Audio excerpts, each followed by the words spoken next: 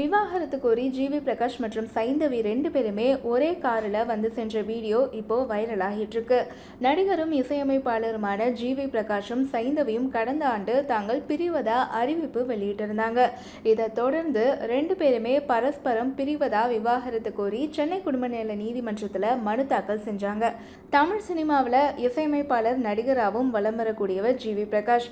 இவர் கடந்த 2013ஆம் ஆண்டு தன்னுடைய பள்ளி தோழியும் தமிழ் சினிமா பின்னணி பாடகியுமான சைந்தவியை திருமணம் செஞ்சுக்கிட்டாரு.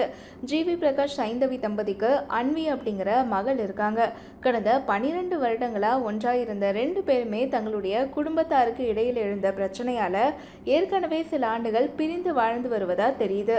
பிரிவு அறிவிச்சாலும் 2 பேருமே பரஸ்பரம் ஒருத்தர் மேல ஒருத்தர் மரியாதை வச்சிருப்பதாகவும் தொழில் ரீதியா தொடர்ந்து பணிபுரிவோம் அப்படின்னு தெரிவிச்சாங்க.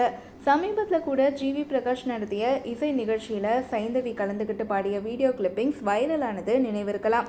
இந்த நிலையில 2 பேருமே பிரிவதா அறிவித்த சென்னை குடும்ப நல நீதிமன்றத்தில் பரஸ்பரம் விவாகரத்து கோரி இன்னைக்கு மனு தாக்கல் செஞ்சாங்க. இந்த மனு சென்னை 1வது கூடுதல் குடும்ப நல நீதிமன்ற நீதிபதி செல்வசுந்தரி முன்னாடி விசாரணைக்கு வந்துச்சு. அப்போ ஜிவி பிரகாஷ் சைந்தவி 2 பேருமே நேரில் ஆஜராகி மனமும் பிரிவதா தெரிவிச்சாங்க. இதையடுத்து வழக்கு விசாரணைக்கு ஒத்தி வைக்கப்பட்டது.